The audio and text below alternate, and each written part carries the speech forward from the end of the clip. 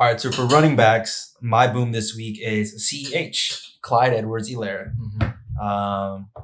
It's a pretty big game. Chiefs against Bills. Yes. I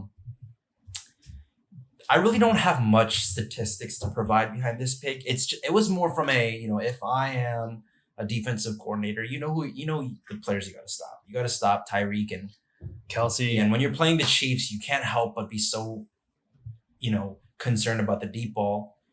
This is just a gut feeling. I just have a good feeling about CEH this game. I mean, he hasn't been playing. It's been average the past couple of games. I feel like this is going to be a big breakout game for him. Okay. Sometimes gut feeling is better than statistics. This week, my boom running back is James Robinson. Yes. He didn't have such a great game last week. He had a fumble. Yeah. People need to stop sleeping on him. He's a good player. But he has been a very consistent player. Just last week, Minshew was kind of like on this passing zone, so they just threw the ball a lot more. I believe he's gonna have a bounce back game. They're playing against the Lions, who are a much easier team to handle in the run game than the Texans. He's due for a boom, and if he's still somehow not picked up in your league, you have to pick him up now. Yeah, you need to get out of that. And he's arguably an RB1 at this point. He is, yeah. On to the bust. My bust this week, and this was tough for me because every time I pick a player with the reasoning that I have, they always end up doing well. It's similar to the Miles Sanders pick I had last week. It's David Montgomery. Oh, interesting. He's projected so high, and I don't understand why. He got saved last week only because of a touchdown. But aside from that, yardage-wise and just the way he runs, he just doesn't look like he has it. So I am going to go with Montgomery as my bust. What I have written down is he's projected 12.5. I don't see that happening, especially with the stingy Panthers team. Okay. My bust this week is Miles Sanders.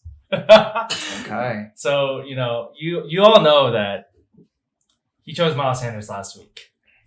And it did not go well fantasy-wise. I think the first quarter, 74-yard touchdown. But that's the reason why I'm choosing Sanders as my bust this week. Yes, he had 2 touchdowns last game. But if you look at all of his other stats besides that, I will say very lucky played out 74-yard touchdown and 1-yard touchdown. He went 9 carries for 5 yards only with 2 receptions for 19 yards. If you just take those plays If you only take away those 2 plays, that's what his stats were. Got it. And I think that, yes, in fantasy, it comes with a lot of luck. But, we did think Sanders was going to do bad. And he did do bad in a very game setting wise, if you just take away those plays, obviously. But I believe that he will be a bust this week. They are playing the Ravens, and they have shut down every single running back that's played against them. There's no way he does it twice in a row. Yeah. The only running back that had any sort of success against the Ravens defense are running backs that are very heavily involved in the passing game. Yeah. And Miles Sanders is not part of that play. Got it. So I think he will be a bust this week. And, it's 2 weeks in a row, and I'm hoping that we're right this week. Yeah. Okay, on to the sleeper. Mine is Alexander Madison. Okay, that makes sense. Dalvin Cook's fine. It sounds like, I'm a Dalvin Cook owner. It's like a minor groin injury. MRI came out fine. That being said, something scary like that as a coaching staff, you don't want to just still continue to give all those reps out there. So I feel like Madison's going to play a bigger, a little bit slighter, what am I trying to say? A bigger role, slightly bigger role. Because, even when Dalvin was healthy, he still played decently. That's true. And so, and watching the Seahawks game, Madison, he's not just a backup running back. He could start. Sometimes when I'm watching the game, and it's him. If I'm not paying attention to the number, I honestly think they're the same player. Yeah, so Madison's a good player. And, if you have a really thin running back, lineup, I would say start Madison or, try to get him. Just to throw it out there. If, let's say you have Cook and Madison. Yeah.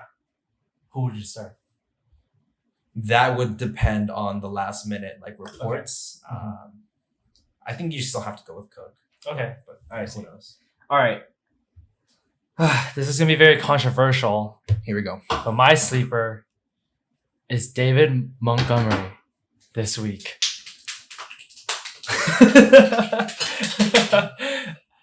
There's been a couple times where we have disagreed on a player, and for me, this might be one of those times.